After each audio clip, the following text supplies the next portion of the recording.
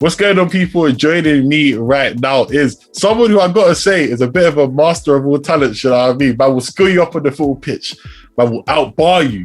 Man will do too many things in one go. Introduce yourself to the people, but they're already gonna know who you are anyway.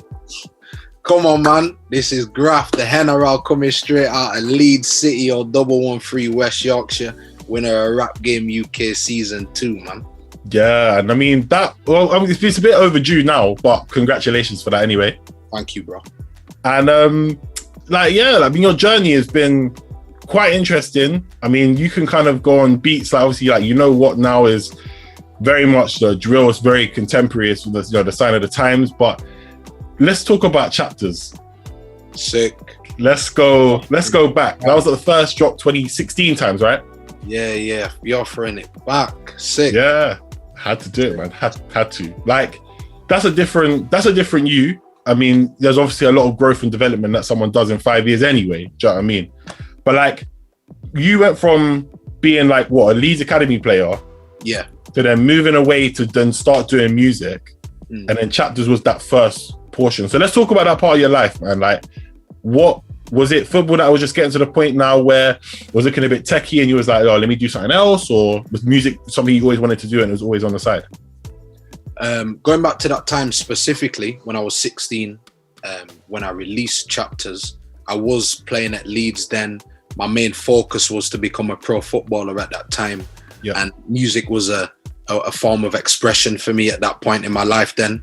So at that time, I would just focus on the football and just releasing music as a hobby. It was later on in my life when I was around 18, 19, when I made the choice to pursue music like wholeheartedly. And the reason behind that was because my career in football wasn't going as well as I thought it would. I didn't get my pro contract at Leeds or Rotherham. And then I was going on trial at other clubs. Things weren't working out, but my music career was. So I was like, you know what? Let me just put all my effort into music. And here I am today, man. It wasn't an easy decision. It took years of deliberating, bro, but it was the best decision that I've made to date for my career. I hear it. And I mean, there's so many people that are football youth prospects and that try to do well. I mean, we sound like we're a sports channel right now, but it's an important part of the conversation to have. But some other people, they don't necessarily have a plan B, but you've had one, and the plan B now is greater than the plan A, I guess. Is that fair to say? Yeah, most definitely, bro. It's important you said that though, because a lot of the kids that, are in academies, they put all their focus into becoming a pro footballer. The teams that they're at are just giving them all these false promises like, yo, you're going to make it one day. Like, we're going to sign you this and that. And they're just saying that for the moment. So a lot of the things that I say to the young kids in those academy setups is to put the energy into football, but to also have their mind open to other career paths and to put all the eggs into different baskets opposed to just one, because you never know what can happen.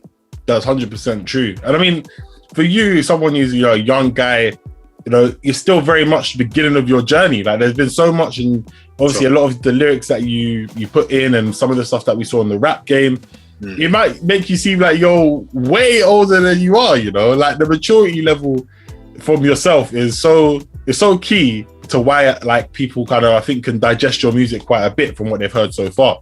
Yeah. So like, what made you kind of go down that effort? Because obviously as you're listening around, I know one of your first bars was about, it's like a girl called Demi. You know what I mean? Shout out the Presence bar and all that. Yeah, I hear it.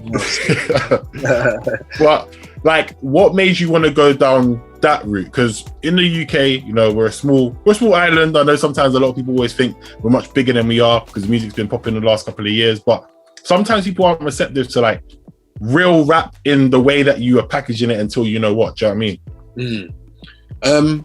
I just feel like for myself, bro, I'm just a person that has a lot of like integrity. I know what I stand for.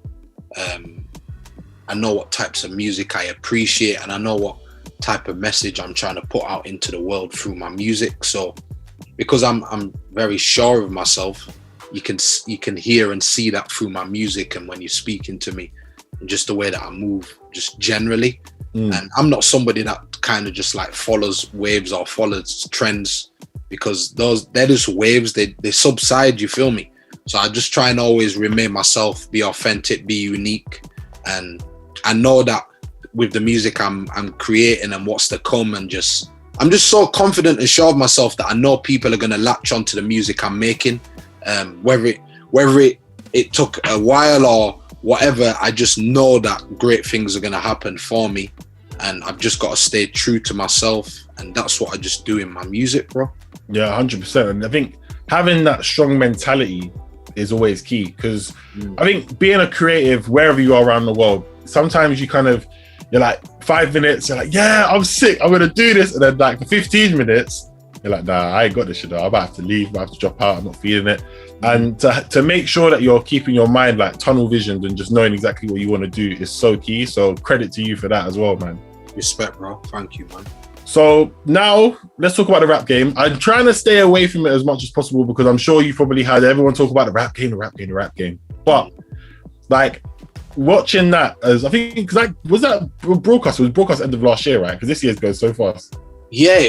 When did it start? I think it started in like March times last year, ended in November, something like that. Yeah. So like, obviously you had the break, which they showed, because of COVID and stuff like that. Obviously why we're doing this on Zoom right now and that. But like for you, how was that journey? Because at first it seemed like it was getting a little bit shaky. And then eventually you just like, I can always see, compared to some of the, I'm going to be real, I'm not dissing anyone, but some of the people that were on that show were doing some nonsenses. And the fight in the first, I think it was like the first or the second episode, I was like, why is everyone bugging for? Like, I understood, because I'm going to talk about it a little bit about like music scenes outside of London and being appreciated and stuff like that. I'm going to touch that. But I didn't understand some of the stuff. So for you, because obviously you kind of put your arm, was it Shogun, right? Yeah. Yeah, you kind of put your arm around him and said like, bro, like, just chill. So like, when you were seeing that live in 4K, like, how was that for you? The whole experience on the rap game, bro, was amazing, man. Something that it's kind of like a once in a lifetime opportunity, because I wouldn't do anything like that again. Yeah. So the whole experience was amazing, proper insightful.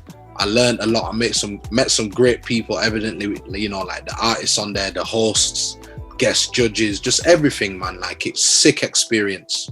And it's changed my life for the better. And then obviously on the second question you was asking me about like the Shogun and Micah situation, when people were going on with their confusion, it was funny in the moment, because it's like, you can see it, people are so passionate, the pressures get into them, like the whole environment's just bubbling and getting to him, you feel me? I hear it.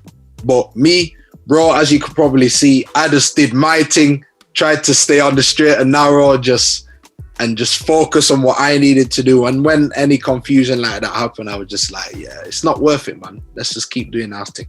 Listen, I know that, and I know that no one should ever come and ever clash you in a rap battle. Bro, the clashing thing, man. Like, I grew up on grime, man. Mm-hmm. I'm a grime kid. I grew up on Chip, Gets, Kano, Wiley, you name it, bro. So I've watched clashes from young. My first genre of music that I started putting out was rap, hip hop, and grime. So that element is within me. I've done enough like radio sets, so clashing and like performing and beating my opponent is embedded within me, bro. So if anybody wants to clash, it's always gonna be pure smoke, bro. Listen, in the season that we're in right now, some of the names that you mentioned, they're all kind of beefing each other with steepnesses right now. Don't fling your name into that ring just yet. You know what I mean? Let's get a couple more tracks first. Yeah. Fling you in there still, do you know what I'm saying? Yeah. But let's talk about, so one element I was going to talk about as well is life outside of London. Obviously, you are a passionate person from Leeds. Yeah. When I think off the top of my head from Leeds musician-wise, in hip-hop or black music, I should say in general, I can't think of that many names. Is there people I'm missing, or am I just being mad ignorant right now? Who do you know, bro? Well, I'm trying to think. I don't think, apart from you, I don't think I know anyone from Leeds, honestly. Or if they are, they're not mentioning it. Or if they are mentioning it, listen. You have every right to say that you're only aware of me, and I get it. And that's why I'm so like proud and always shouting out Leeds, because I know the talent in Leeds is amazing. Even the artists before me that are older than me, like they've done their thing, and then the youngers coming up, they're doing their thing as well. So I want to shine the limelight on the city. But artists that have broke through from Leeds, for instance, there's Corinne Bailey Ray. Oh wow. Yeah. Okay. Yeah. Okay. Corinne Bailey Ray. There's few like rock bands and stuff, but obviously that's a different scene, so I'm not that familiar with them. Have you heard of Tom Zanetti? Yeah. So different scene again, more of the dance scene. But in terms of rappers, bro, no one. You get me? And that's why I'm always plugging away and trying to use everything that, you know, the opportunity that I'm in to showcase myself and the city.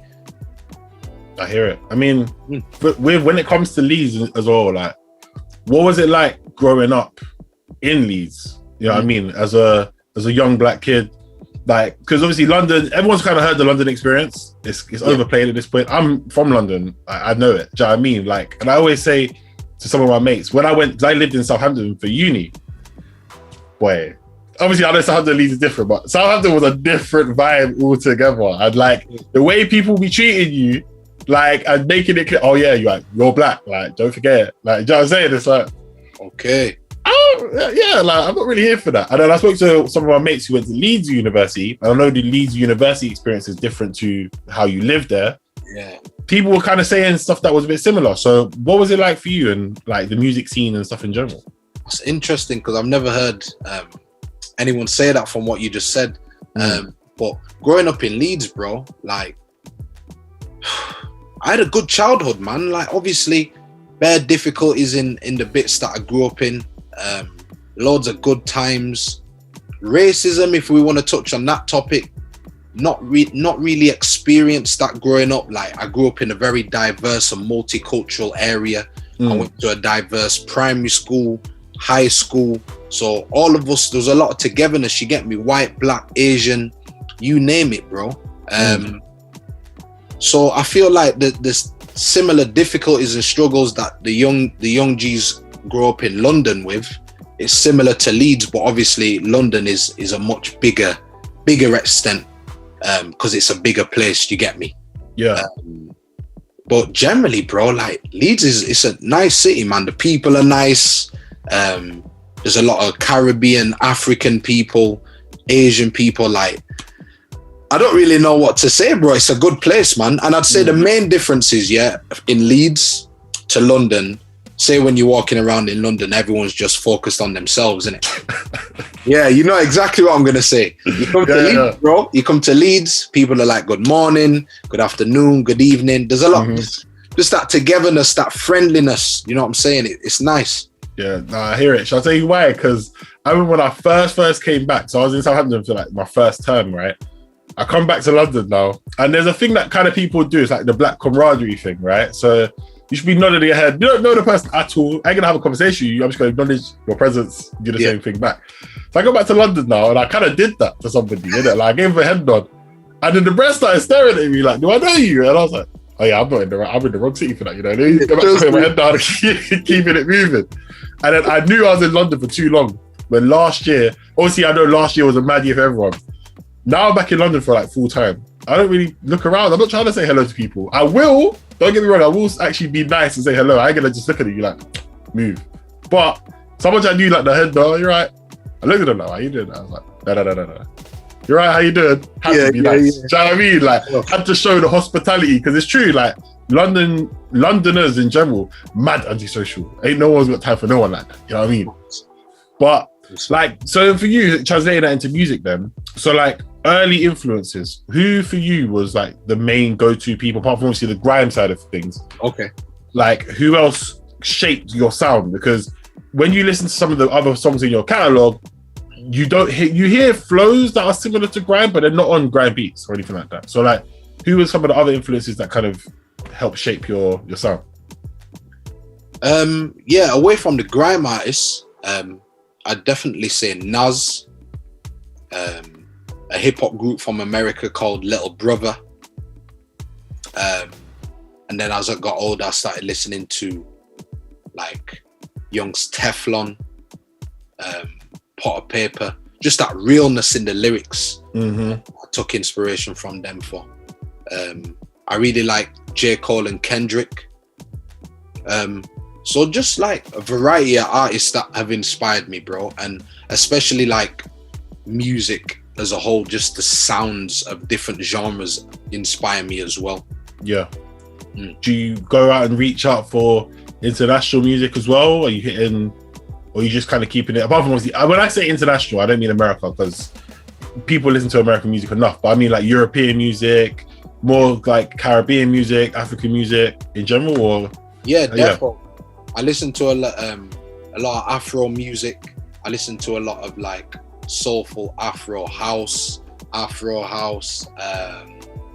listen to a lot of like Caribbean music. So I like a lot of the old school like dancehall, reggae, and lovers rock, the soulful vibes, and then the more upbeat vibes from the dancehall, which you can probably hear in a lot of my music. There's a lot of that like Caribbean and the patois and the elements. Yeah. So yeah, man, I listen to international music for sure, bro. I think international, when we talk about Caribbean music, I think because of the way the UK is kind of like all the black people that are in the UK, it's easy for people to relate to patois quite easily. Yeah. Do you know what I mean? So as soon as they hear that, they're switching on, because even like some of the cuts they do, obviously editing is an amazing thing, but on the rap game, as soon as you kind of switch to that, you see the reaction of like Krypton Code or Target, and they'd be like nodding their head just a little bit more. Yeah. To what you're saying, do you know what I mean? And it's stuff like that that makes a big difference in switching up the flows. But for you now, let's go to the present. Let's talk about now.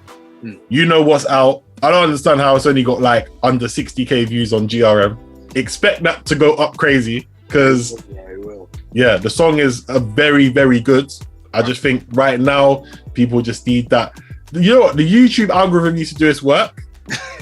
Like it needs to be on job. You know what I mean? Right now it's not OT. It's just doing nonsense. But like, how long did it take you to construct that? Why was that the first song you wanted to, release? And because we'll talk about the Play Dirty stuff in a minute, but like, why was that the first song that you wanted to release now? So yeah, I think it took me maybe a few weeks to construct, if that. I sat down with my brethrens and we had a conversation, and there was like, Graft, make a song that you want to make, that represents you, that's authentic, and just give that to everyone. Had that conversation. Maybe a week or two after that, I'd wrote You Know What. So that was the inspiration behind it. Then after that, we shot the music video in Leeds. I went to West London to record the single with the same engineer Krypton Conan used. And then we just got the whole process for the single, the promo, the music vid, and everything just sorted over a few months. And the reason why I thought that was the right song to release through the label is because it showcases myself, the city I'm from, Leeds, the people that mean the most to me, the landmarks, even just the sound, like the trumpet on there. I like a lot of live instrumentation and jazzy sounds and just instruments in general. Yeah. So I merged that side of me with what's current with drill, merged that together, and I just feel like it's a good like representation of myself and a good like introductory single for the new listeners like yourself on me. Yeah. Because that's the sound that I'm going to be running with. Yeah. Okay. Yeah, because when I heard the trumpet and stuff as well, like it reminded me a bit like Central C's Loaded, which has gone on to do like quite a bit of like, a lot of numbers. You know what I mean, it's one of his breakout songs for himself. So I hear it. And I mean, obviously you're talking about people just saying the same stuff on the record and then you're schooling them on a drill beat. So I was just like, wait, Graft, relax, like, chill, stop moving mad, isn't it? But also talking about, you and your friends, and like, there's one lyric on there which is kind of like, how could like the head person, obviously these are not verbatim, innit? But how can like the head person eat and the rest of the team's not eating? And there's other little bars and gems in there. So when you're writing your lyrics, especially for like songs like this, because when you're kind of like freestyling or you're rapping, it's slightly different. People want to hear something, but songs, people are going to go back and listen. So are you actively looking to feed in different like punchlines and bars for different people, because obviously you could speak to 20 different people and someone's going to give you 20 different responses. So is that something you're kind of actively doing? In a way, bro, I feel like when I'm through my creative process, I'm trying to write like punchlines and like, you know, the concepts and everything that relates to me, everything that I want to put into the song. Yeah, I'm putting in. But I'm definitely considerate of like people across the board. Like this type of person might like this, or that would relate to the mandem, or ladies might like that. So yeah, I am considering it all, but the main reason behind a lot of my lyrics is because it resonates with me. That's what I want to be putting in. Yeah, it's important, man. You have to, in this day and age, it's always good to have the representation that represents you. And not just chat about the general nonsense. You know what I mean? Because then people want to listen to people who you know, they can reflect on, they can resonate with. Big fan. Not just I can't even swear. Chat S merchants. Yeah, that's what I call them still. Facts. But like that, so let's talk about Krept and Konan then real quick, because with obviously everyone knows the winner of the rap game, they get this deal with Krept and Konan. So is this a single deal? Is this a deal where you're signed completely? Like, break it down for us, man. If you can. Yeah, I can break that down. It's easy, bro. The winner of the rap game gets a single deal with Play Dirty Records, Krept and Konan's label. So now that I've released my single, I'm independent and I'm just ready to go, bro. Yeah, so like ready to do my thing. There's one thing I got to ask, and then we're going to talk about your independent life after that, right? Is there a remix on the cards, or is it literally just you drop the single, you kind of shake hands, you keep it moving? I can't write anything off, bro. So you could hear a remix for sure. I want a remix though. I want to let the song breathe and do its thing first. Yeah, a remix. I could see, like, if I was in the studio right there and I was Krept and Konan, which I'm not, obviously, I'd probably be like, I want to jump on this tune. But like, listen, I expect to see Graft, Krept and Konan on there in like 2 months' time, innit? I didn't say it for you. You didn't say it. I'm just saying it's gonna happen, innit? Simple as that. Say nothing, bro. Put that out there, man. God willing. In the universe and that. Come on. But let's talk about independent life then. So obviously now, like you said, you're independent. You're doing your own thing. What are we working towards? Are you gonna keep dropping singles? We're gonna get an EP. Gonna get an album? What's your plan? My plan, bro, is just to maintain the consistency for my own career. So next will just be more singles, more freestyles, music videos, but upping the levels on them each and every time. Because I just want to be in everyone's face, man, and I just want to get myself out there. So more consistent releases, and then next year I'll be releasing a project. Okay. Yeah. Early, middle, late? What are you saying? I'd say middle. Yeah. Summertime, man. Okay, sounds good still. Perfect time to be dropping songs like that as well, like a project, because people always want that song of the summer. And if you're coming with consistency, more people can be listening by then, so it makes more sense. Exactly, bro. And I feel like with opportunities, like I remember from season 1, Ransom was doing quite a lot of stuff and he was in and about. And I know there's been opportunities for some of the others as well. So I'm sure you probably got some stuff lined up, you know, other people trying to lock things in as well. Bro, the main thing that I wanted from Rap Game, was the exposure. And that's exactly what I've got. So the type of opportunities that I've been getting are endless, bro. Like, they're really sick, man. I feel grateful for them, for real. And listen, credit to you for doing that. I feel like, is there anything else we should cover right now? Is there anything else you want to talk about while we're here right now? I think just for man to plug my single. So obviously, guys, you can follow me on Instagram, Twitter, and Facebook at I Am Graft. That's all one word, GRAFT. And then make sure you add my brand new single, You Know What, to all your playlists on Spotify, Apple Music, wherever you listen to your music. And just keep your eyes on me, man. Keep your eyes peeled. Follow the journey, because it's just going to get bigger and better every single week, every day, every year, man. So love for having me, my bro. Thank you. No worries, my pleasure. And listen, everyone, go do that, because the song's big. I don't just gas certain songs like that. You know what I mean? The song's good. Go cop the ting. Go stream the ting. It's up to you, innit? Save the 99p, stream it. Want to spend it? 99p. Do the ting. Graft, thank you, man. Appreciate you. Love, my brother. Thank you for your time, man.